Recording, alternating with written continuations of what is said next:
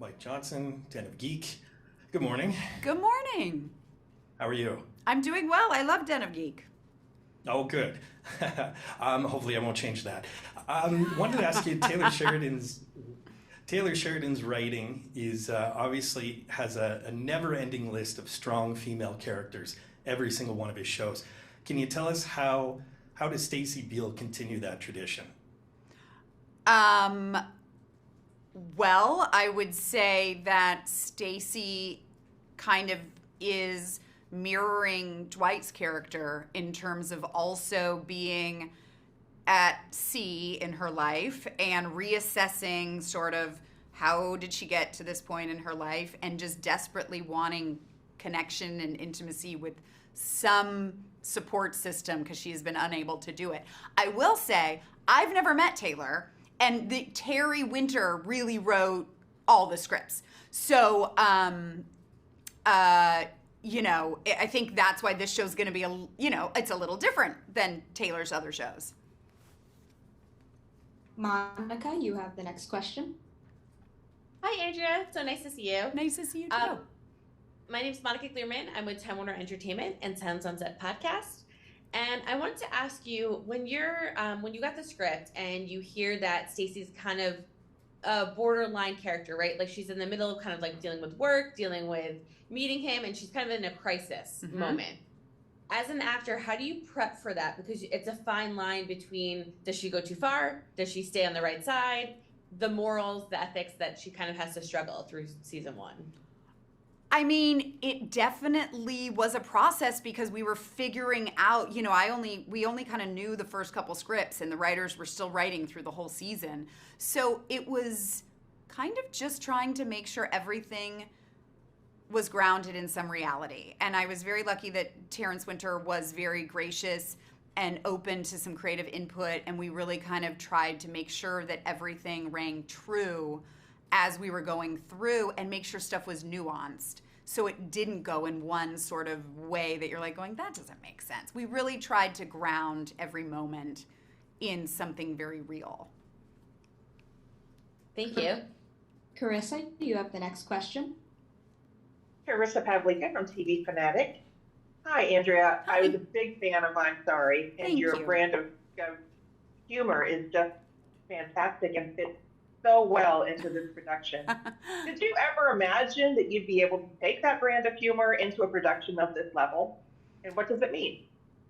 I guess maybe I did. But I didn't think it was going to happen with this group of people. I definitely was sitting in Oklahoma going, how did I get, I'm looking across at Sylvester Stallone in Oklahoma and Taylor Sheridan, Terrence Winter, drama. I was like, how did this happen? I'm like, where are my dick jokes?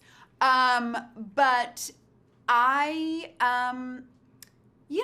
think Terrence Winter is really open to, he likes to use people who do comedy. He's done it with Ray Romano, James Gandolfini, Martin Starr, me.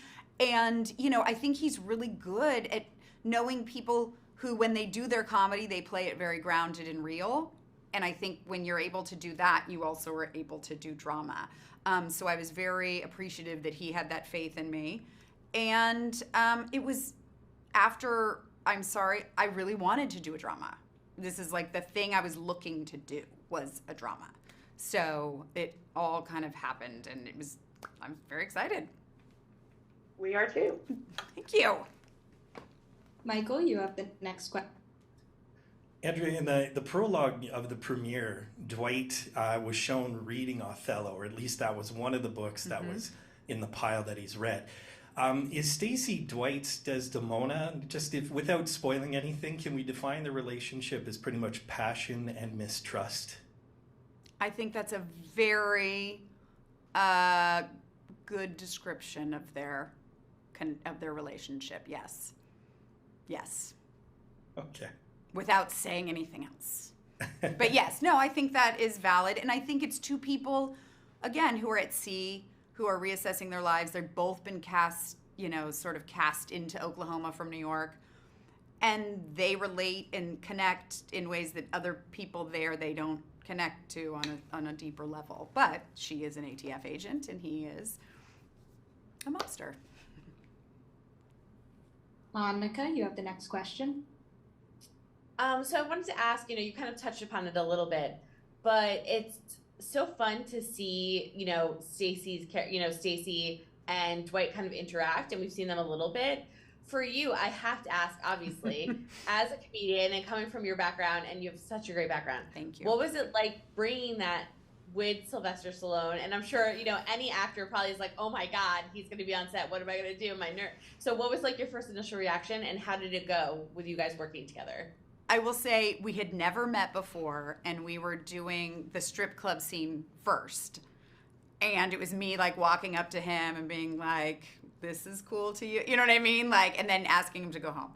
And I was like terrified. I was like, oh my God, like what's about to happen? This is like, I was intimidated, and I'm not someone who gets intimidated, but it was so outside of my world.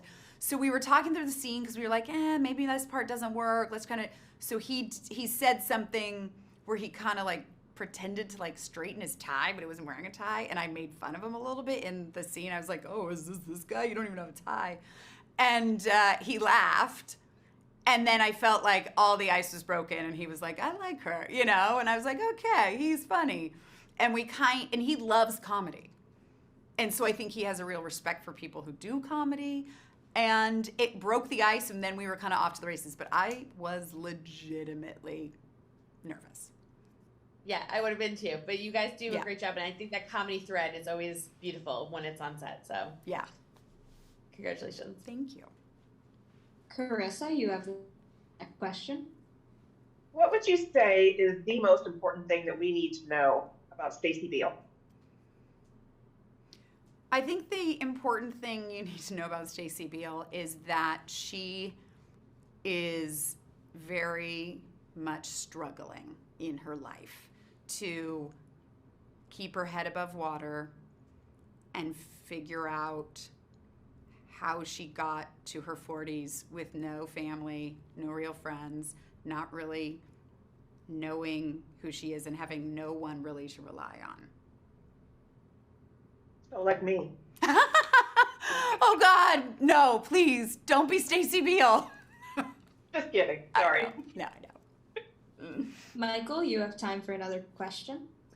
So you obviously had the comedic background, as we've all discussed, and you had the chops there. What kind of preparation or training did you get to become an ATF agent? I fired some fucking guns. I did gun training. I went to the range in Oklahoma, which literally is just stepping outside your door. Everything's a gun range there. No. But I did fire guns, and really, you have to really do it and be like, God, there really is a lot of power in that. Like, these are not jokes. These are not, because you can sometimes go on set and you just kind of do it and it's kind of fake. But it was like, there's a kick and it's powerful, And I also did a lot of research on, like I was talking about, like the crime that is in actually Oklahoma. Like, what are ATF agents investigating? And it is a lot of like white supremacy and a lot of motorcycle gangs and a lot of, people who are not open to differences, and people who, in the drugs and, violent. Monica, you have the next question. I wanted to ask you, for the show, what are you most excited about? I know it's hard because you can't give away spoilers, but for this season, I know it's 10 episodes. It's the first time Sylvester's been in a long kind of show. It's for First you, time for he's drama. ever done TV. Yeah, so like for you, and it's a big drama for you. So what would you like to tease, or what are you most excited about for us to see? Trying to think about what I can say. I'm excited just to, honestly, because this is so different than when you do a comedy, when you know if a comedy works right away. It's either funny or not. You're kind of, putting all your faith in these people, and going, I hope this works, and Stacey's kind of on an island. So I wasn't working with a lot of the other actors. So I haven't seen most of the show.